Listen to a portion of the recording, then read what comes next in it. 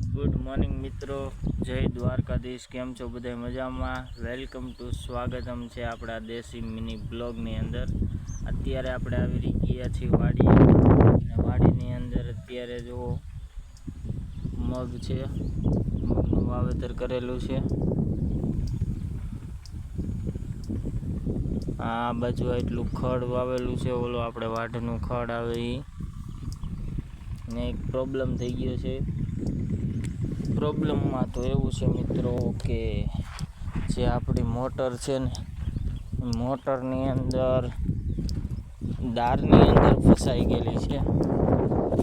તો 2-3 દિવસથી તો બંધ છે।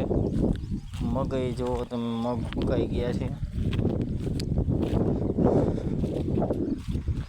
મગની અંદર પણ ફાલ આવી ગયો છે।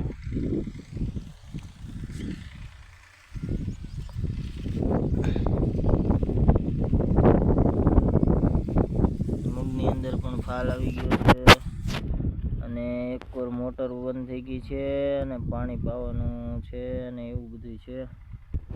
હવે કેમ કરશું?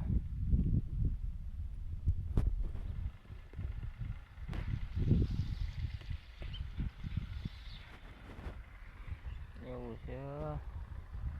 જો અત્યારે આપણો દાર છે, દારની અંદર મોટર ફસાઈ ગયેલી છે, અને એનું ઠસ બુશિંગ પણ વહી ગયું છે, એટલે કાઢવી પડે એમ છે।